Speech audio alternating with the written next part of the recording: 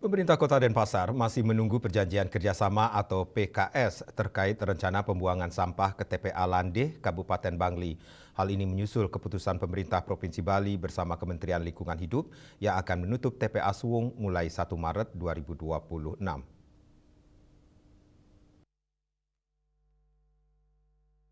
Wali Kota Denpasar I Gusti Ngurah Jaya Negara menegaskan pihaknya tidak ingin mendahului kebijakan karena koordinasi rencana tersebut berada di bawah Kementerian Lingkungan Hidup dan Pemerintah Provinsi Bali. Saat ini volume sampah di Kota Denpasar mencapai sekitar 1.000 ton per hari dan belum seluruhnya mampu diolah di dalam kota. Sebagai antisipasi, Pemkot Denpasar menyiapkan sekitar 180 hingga 200 unit truk sampah per hari dengan sistem sewa apabila sampah harus dikirim ke Bangli. Selain itu, Pemkot juga menyiapkan solusi pengolahan sampah di dalam kota dengan pemasangan mesin pengolah berkapasitas 200 ton per hari.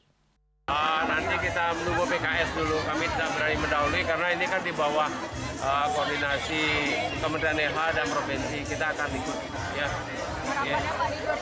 Yang jelas 2026 harapan kita bangun Denpasar yang lebih baik, ya terutama bagaimana kita menyelesaikan masalah sampah.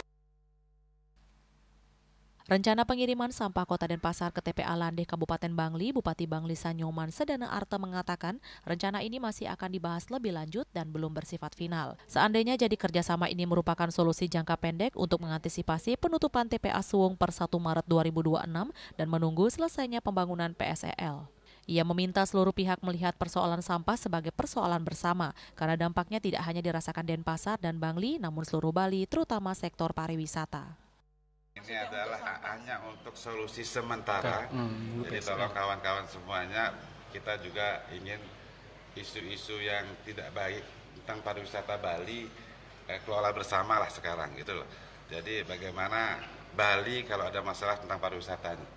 Jadi bukan hanya Denpasar dan Badung yang akan terkena dampaknya, tapi kita semua di seluruh Bali juga akan terkena dampaknya.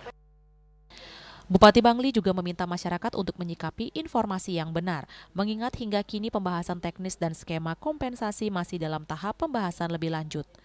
Winata, Bali TV.